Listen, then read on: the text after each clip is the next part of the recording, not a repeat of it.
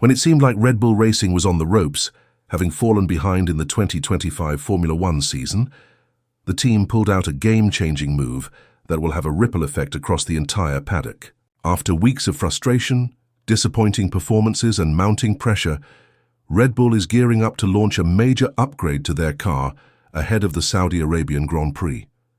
But this is not just any update.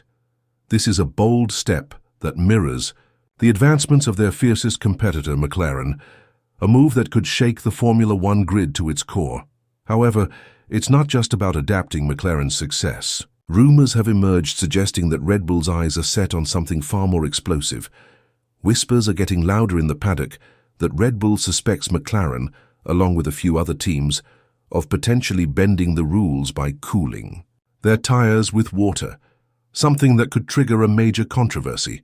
The timing of these allegations couldn't be worse for McLaren, as they are currently enjoying their best run in recent years, leaving Red Bull no choice but to respond with a powerful statement of their own. So how did we get here?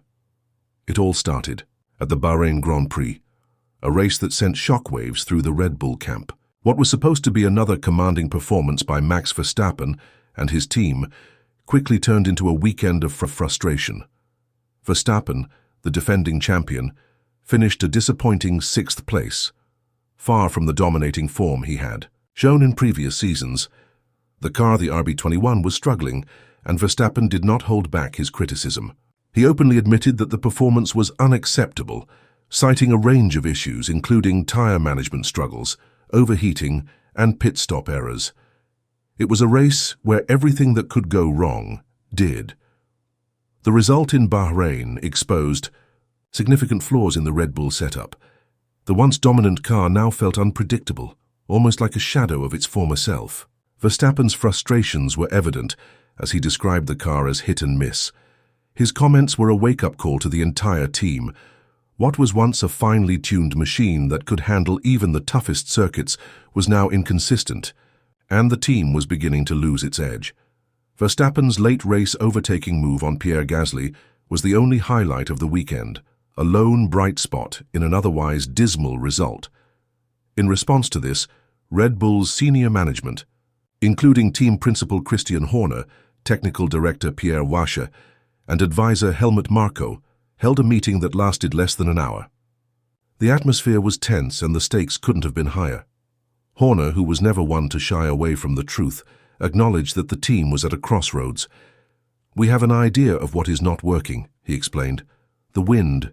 Tunnel data is not matching what we are seeing on the track.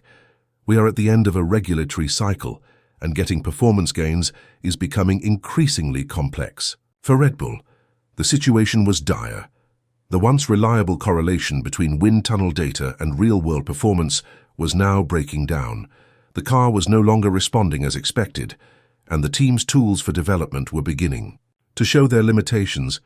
Verstappen's comments in Bahrain were also telling. He highlighted the difficulty the team was having with tire management, a crucial aspect of modern F1 racing. "The pace was very poor," he admitted. "We haven't improved in tire management. In fact, it seems like things are even worse." Verstappen's words were a clear indication that Red Bull was slipping behind in a critical area. The RB21, once a car that could excel across a wide range of conditions, was now struggling to keep up.